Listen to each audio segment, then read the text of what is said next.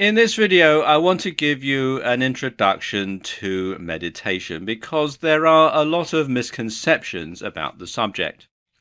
Now, many people have the wrong idea about meditation. They think it's all hippy-dippy, something people did in the 1960s. A new age way to achieve enlightenment or to recreate the effects of hallucinogenic drugs, that sort of thing. Others associate it with religions like Buddhism, for example. Well, it can be all of those things, but at its most basic, meditation means trying to control and focus your thoughts or to clear your mind, or both. Essentially, it's the equivalent of training your attention. It's deciding what you want to concentrate on and what you don't. So in a way, it's reprogramming your brain, reprogramming your natural computer to be more focused and more guided. Now, so often our thoughts are reactive. We're constantly being distracted and taken from one experience to another, whether that's due to television or to music or to your smartphone or to the internet or to something else entirely. Our thoughts are always all over the place. We hear something and we react to it. But when you meditate, you'll be effectively controlling your thoughts. And when you do this, you're going to become introspective and you'll start to reflect on the very nature of thought itself. And as you do, you'll learn to remain in control of your thoughts and to prevent yourself from becoming easily distracted, stressed, angry, or from otherwise experience inappropriate or unhelpful emotions. And this is a highly valuable form of training and one that's particularly relevant in today's fast-paced and constantly connected world. Everything's just going on all the time. As I was saying just now, the phone might ring in a minute and you'd have to answer it and something else might happen and you're constantly being bombarded. But meditation, when you learn how to meditate, it can help us to conquer stress, to improve concentration in a range of tasks. You can really sort of drill down and focus your brain on whatever you want to focus on. Fortunately, meditation is starting to make its way into the mainstream. More and more productivity and lifestyle coaches are recommending its benefits, and it forms an integral part of cognitive behavioral therapy, otherwise known as CBT. And this is currently the most popular form of clinical intervention for a whole host of psychological difficulties. So the question then becomes where to start. Well, let's look at some different types of meditation and some of the different terms. Now, bear in mind that you don't have to stick rigidly to any one of these, and you can actually create your own kind of meditation if you wish. Nevertheless, any of these will provide you with a good starting point to do more of your own research and to start practicing the art of meditation. Okay, let's look at the different types of meditation. Now, the first one is mindfulness. Now, mindfulness, which is also called vipassana, is a type of meditation that comes from Buddhism. And it's also the form of meditation that's perhaps most widely used in the Western world today, and a good example of this being its use within CBT. Now, your goal in mindfulness is to be aware and to be present of your own thoughts and to reflect on them. And this form of meditation doesn't encourage you to try and empty your mind. Instead, the objective is simply to let your thoughts drift by like clouds in the sky.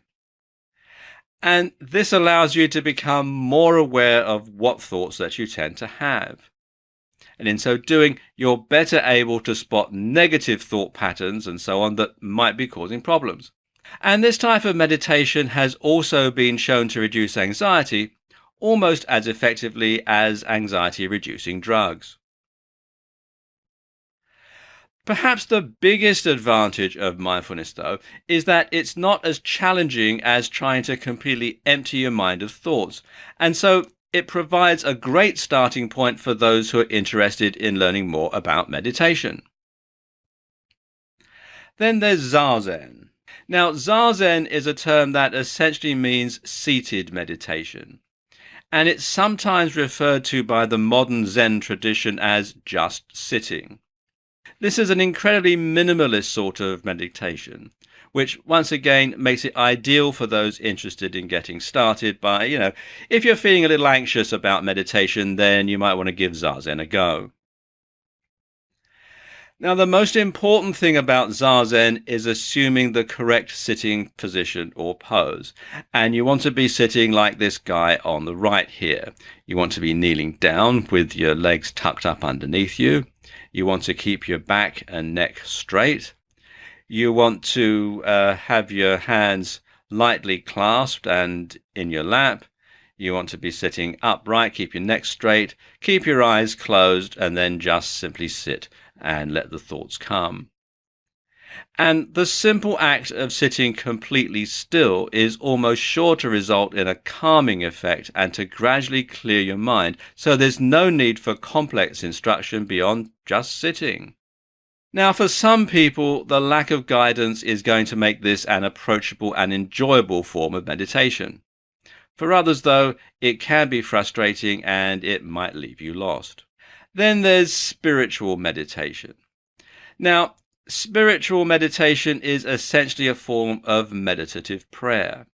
And prayer has been shown to have many similar effects to other forms of meditation. And it's used in all different types of religions, not just ones from the East. If you're Catholic and you pray the rosary, saying those Hail Marys over and over again can be quite meditative and quite relaxing, and it clears your mind of everything else because you're just concentrating on saying that same prayer over and over again.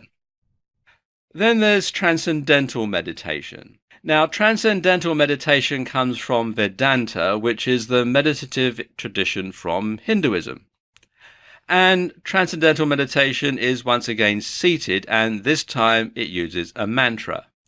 Now, a mantra is any word or sound of your choice, which is simply repeated over and over again. Or you could simply concentrate on the sound of your breathing. That's another way to do transcendental meditation. The ultimate objective of transcendental meditation is transcendentance. And this is the meditation that is used as the path to enlightenment, which is reportedly a feeling of oneness with the universe and perfect contentment. In reality, though, enlightenment is probably just a brain state achieved by relaxing areas of the brain and getting them to shut down. And this is something that takes years to master and is highly elusive.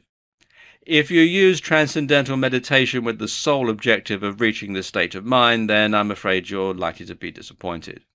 When done correctly, though, transcendental meditation is an ideal way to relax and move your thoughts away from stress. And it can be used to calm the heart rate and is a fantastic coping mechanism if you suffer with anxiety. It's also quite difficult, though, and many people give up after becoming frustrated at the ability to quiet their inner voice. The secret to success, then, is to go easy on yourself and not to try and force it. Then we've got focused meditation. Now, as with transcendental or mantra meditation, focused meditation involves the practice of trying to completely clear your thoughts by focusing on something else. Mantra meditation is one form of focused meditation, but you could alternatively try focusing on an external stimuli or even on something like a candle flame. That's always very good to try.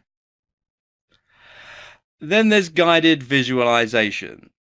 Now, the guided part of this process involves listening to a recording which will often describe the scene that you're in.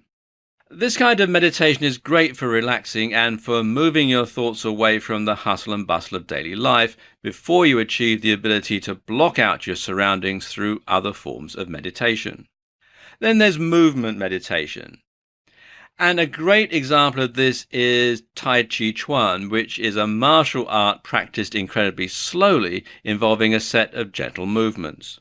While it takes time to learn something like a Tai Chi set, you can practice movement meditation by using a dance routine or even by just swaying gently from side to side. Then there's Vipassana. And Vipassana is Theravada meditation, Theravada being a branch of Buddhism.